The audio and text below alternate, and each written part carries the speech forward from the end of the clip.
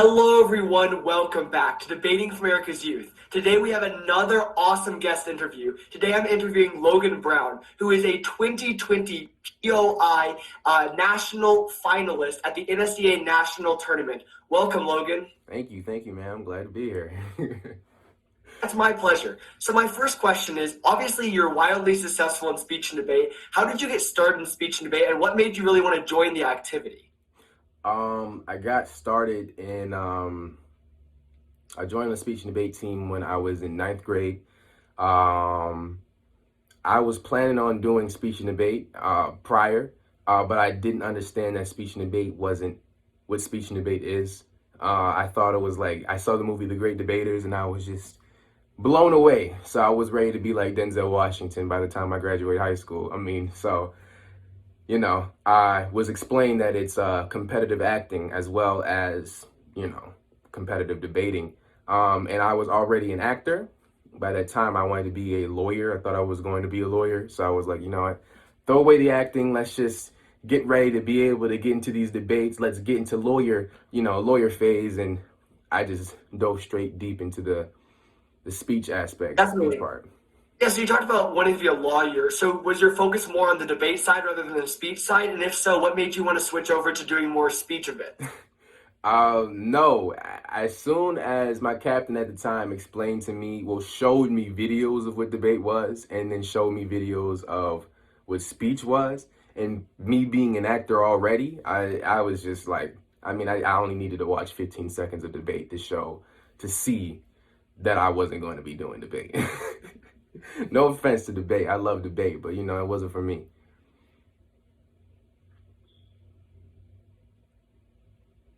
Yeah, I completely agree. I think that, yeah, they're very different, and watching them gets to kind of show you which one you really prefer more. Mm. So my question is, how do you stand out in a room full of very successful competitors? Obviously, at NSDA Nationals, it's a really competitive crowd, but also winning tournaments like the Harvard University debate tournament, you're obviously standing out to these judges. What do you think is the key to stand out for these judges and like your ability to win? Um, well, I would say self-awareness and presence is up there in the top three most, the things you need, I guess, I would say, and just courage. For me, I just go up there and I'm giving a part of me. You know what I mean? So that right there was what really sticks out. Hopefully to the judges, because when you're performing a piece, when you're addressing your piece, it's like a whole energy. You know what I mean? And it comes through your presence. It comes through your stage presence, how you speak, and most importantly, the acting part, the competitive acting part. And yeah, you know what I mean? Just walk up there and do what you do, and do it for a reason. Yeah, and we talked about before this interview a little bit about the different stuff you're involved in, and you talked about like acting and stuff like that, and different like productions and that aspect. Do you think that like working with cameras, as we talked about before, helped you doing NSDA nationals online because you already had experience doing stuff like through the medium of a camera rather than traditional debate and speech, which is through the form of direct physical contact? So do you think that helped you? And if so, how would you think that other people who maybe have experience like doing physical acting could switch over and do more of the online version of speech and debate? I like that question. Honestly, I don't think that it helped me. If I'm being honest, is a lot for me, especially at last minute to get used to, as someone that's been used to performing in front of people, having the audience reaction, having the audience's energy, and being able to feed off that as a performer. I was stripped from that, towards the end of this year. So it was a lot of adaptation. But with being used to having cameras and performing within cameras, it was speech and debate that really showed me that my next phase, my next go-to was cameras. So, I was in the midst of that. And I guess I give it to speech and debate for giving me my first,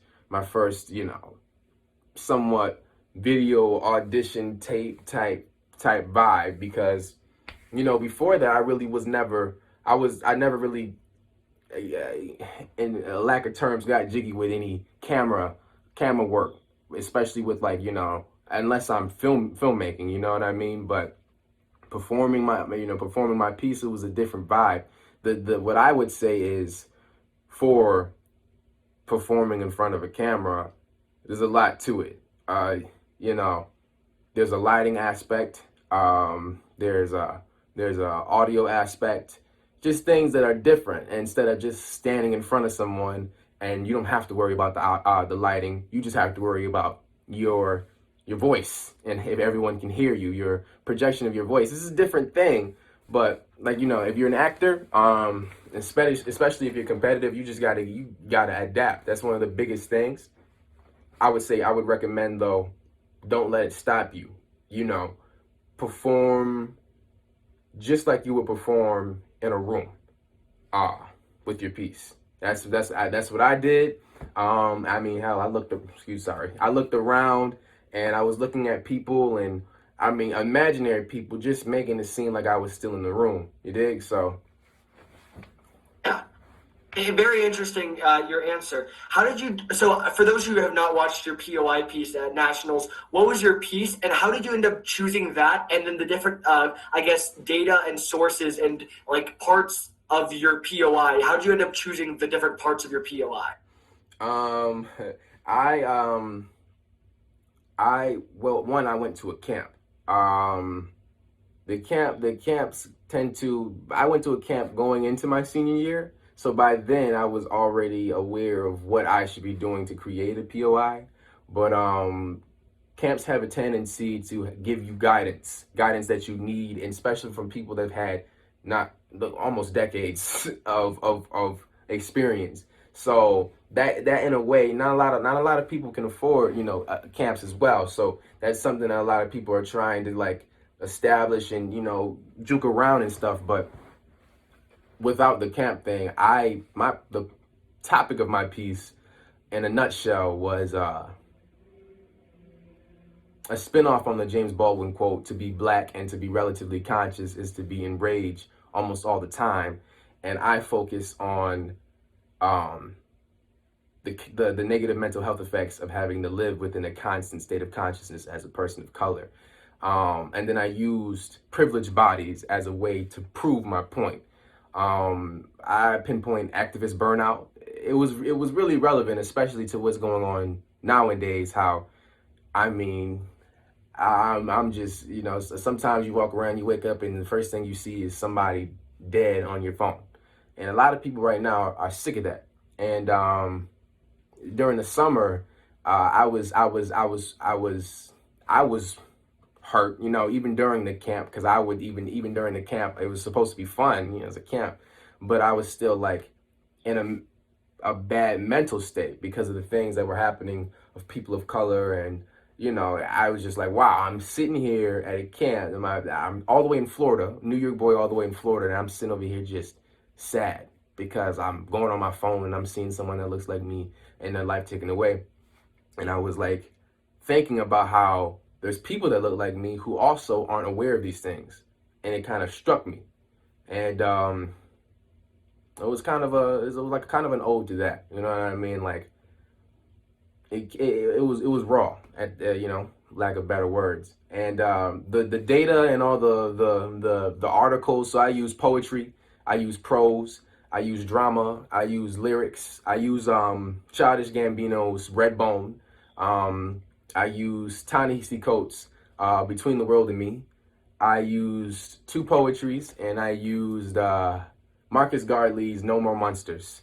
All those were just, with my drama, I used my drama as a way to pinpoint the privileged bodies area to prove my point with the constant state of consciousness and how it affects people of color who don't have those privileged, opportunities, the ways to, ignore certain certain things in society. I used Childish Gambino's "Stay Woke" song, the Redbone song, as a way to constantly, like, I have seen it through my piece in order to constantly like hit you on the head, like, look, stay awake, stay awake, stay awake, and show the pain through having to constantly be awake through the lyrics. That's what I did. Like everybody who does POI, who does DI, HI, whatever they do is different. It's just the energy that you give to your piece. But I put different emotions in each one. And when you put, for me, when you put all those emotions into each of those pieces, it starts to like give you this anxiety. When I would perform it, I would feel free, but after thinking about performing, it would start to give anxiety because I'm like, wow, I actually go through that. So. Totally. And I'll say that like one thing that I personally think that speech and debate has helped me with is like learning, I guess, like awareness about different topics. Like, for example, like I would have never learned anything about Iran if I hadn't debated about it at a debate tournament, right? So like you learn all of this different stuff and are given a medium to not only like research it, but also discuss it, kind of like break it down, in the context of with other students in a debate round. I completely agree with like the awareness thing you were talking about in your thing. I guess my next question would be, you talked a little bit about those nerves that you get when you're speaking, or like you talked about speaking. How do you get over those nerves like when you're performing in front of a crowd of people or even in a virtual setting? It took me all my 4 years to get over anything. Like I said, I was a performer. I was a performer before I was even in high school, but I was still developing as a performer. Acting to me is like a language. So you stop speaking that language over time, you know what I mean? Like if I learn French right now and I'm fluent and I stop speaking it for 3 years, I might be a little jittery come the third year when I go to France. You know what I mean? So for me, every year of speech and debate, there was failures. And that is how you get over your nerves, by embracing those failures and embracing learning. Like you start to look at other people, and when you start to say, okay, I like the way that performance, I like the way that person performed, I like the way she did that, I like the way he did that, that delivery was great. Why are they doing that? All these questions, you begin to see yourself in the moment of development.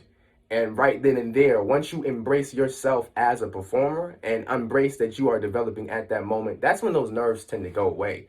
But like things like, when you break, like that right there, those are inevitable at the end of the day. Say you're in prelims and you're supposed to be breaking to octos. It's kind of scary. At Harvard, I only went to Harvard twice. For example, I only went to Harvard twice. Last year, I did not break. I was close to breaking by 1 point, and at this year, I learned. Harvard was my favorite tournament though, because I learned and I saw a whole bunch of beautiful performances, and from there, I could see, okay, I could ask questions. I could say, well, is that person nervous? Well, yeah, that person's nervous. You know what I mean? Say the final round, I could see, the performers were nervous. So what's the difference between me and them? Why can't I do what they're doing in the future? It's about development and embracing yourself as a performer. You know what I mean? That's how I usually tend to get over it. There's also music. Music is a big thing. Everybody does it. If you're in that Mamba mentality, you throw on some music, and it starts to get you into that mentality that you need to be in before you go perform.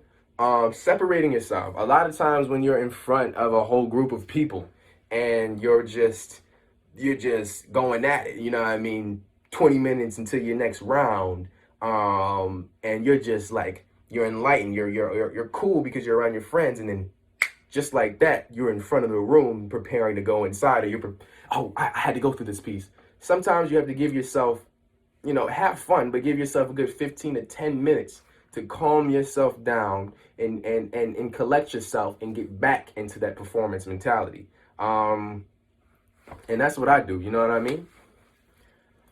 Yeah, I mean, I completely understand and agree with what you're saying. I'll say that like a thing for me, especially getting up in front of people, is I do deep breaths. Yeah. That's what I like to do because it kind of helps me. I guess also what you're saying, like if I'm nervous and I've been thinking about this speech, I take my deep breaths. I kind of like transition, I guess. So I understand it completely, wholeheartedly with what you're saying. And the last question of this interview is, now that you've done speech and debate throughout your time in high school, and you've obviously experienced a lot, do you have a message for the speech and debate community and anyone who's watching this interview? Yeah, I do. We all know speech and debate is powerful. We all know speech and debate changes lives. We all know that every word that we say, whether it be in the debate section or the speech section, has impact. Carry that with you. You know what I mean? Because this by the time it's over, whether you continue it in college or not, or whether you've been doing it in middle school, because some schools do it in middle school, you gotta understand that when it's over, it's still not over. It's gonna be with you until the end. So use every minute that you have in this event as a way to advocate, bring people into awareness, because that is the power. If you can trust yourself, if you have something that you want to provide to the people straight from the heart, then you're winning. No trophies, no accolades, none of that if nobody speaks to you. If you are bringing something to the table that you feel the world needs to hear, then you're winning, and you're a winner, period. That's what I have to say. Yeah, I mean, I think that in speech and debate, especially because it's such a competitive atmosphere, Yes, that like that obsession with trophies, I'll even admit I've fallen into the same trap of like obsessing over the trophies or the win or the numbers on your ballots, when really, like you were saying, it's about the activism, and it's about spreading a message, and it's about hearing other students. It's about so many things, but I think that when you get trapped in the cycle, I think it can be something that's harmful, and especially it takes away from the experiences you have at different tournaments and stuff like that. So I wholeheartedly agree, and I wanted to thank you so much for coming on and doing this interview. No problem, man. No problem. Okay, perfect. So you're going to stop your recording? Gotcha.